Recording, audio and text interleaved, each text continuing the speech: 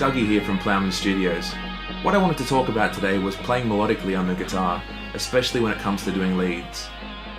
Obviously, the most important thing when it comes to playing melodically is the note choice, but sometimes the note choice just isn't enough to get the most out of the playing.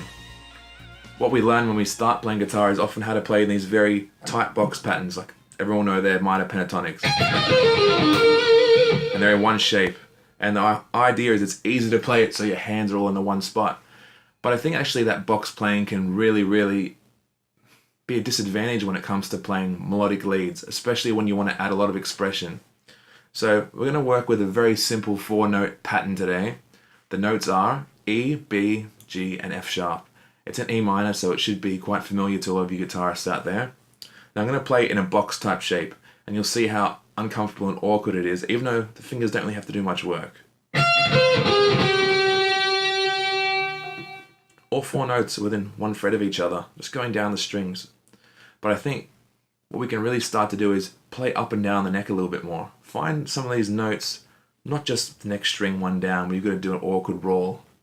Sure, the hand might be in an easier position there, but you're not really milking the notes for all they're worth. So, just even taking those first 2 notes, E and B. Play E and B here, and play the rest of the phrase there. It's still really straight and quite boring, but what we can start to introduce is slides from above and below the note. So instead of just going, you have or,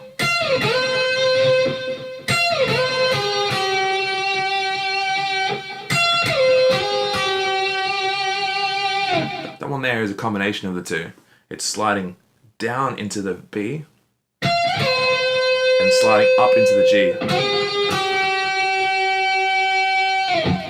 Now you might have noticed I was playing them quite straight without much vibrato, and that was intentionally trying to show you how much is missing from a melodic phrase, even if you have the nicest articulations going on, if you don't have good vibrato.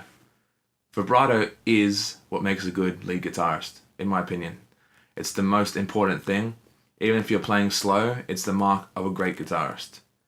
Too many people know about the idea of applying vibrato, but sadly they come off playing really quick beasting vibratos, where they're just bleeding their hand around the guitar. It sounds a bit goat-like, or a bit like a bee stinging you. Look, doesn't sound good. It's horrible. And it's almost an instant write-off of a guitarist. They could be shredding as much as they want. If they start to do the bee sting vibrato, I'm out of there. I don't want to hear it. So, don't be Captain B.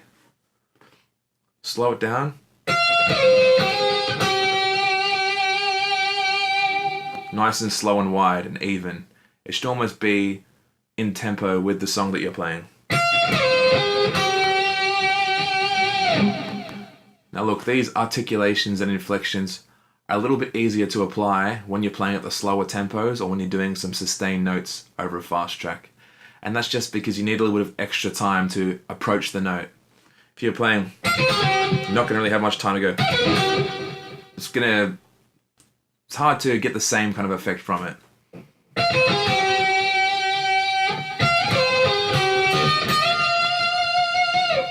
But when you're playing slow, try and take notice of some of these articulations and inflections you could do. Really, it adds a whole new degree to the playing. Can you think of any other ways we might be able to expand the way we're playing notes? Well, bending is a really important one too. So in that phrase, the 4 notes, E, B, G sharp, B, E, B, G, F sharp rather. Let's bend into the F sharp.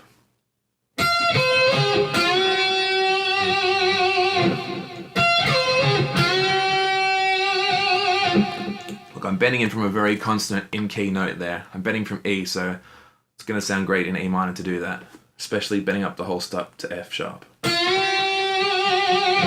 one of the cool things you might want to do is actually take a note that's not in the key you're playing and bend to a note that's in key. And really give it a nice slow bend to get as much yearning sound out of that as possible.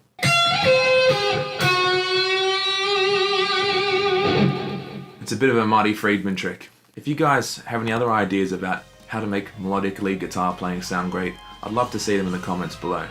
So if you've liked the content today, please like and subscribe and share it with your friends, and I hope to see you for a video, hopefully weekly. I'm looking to try and get these out every Sunday or Monday. But until then, see ya.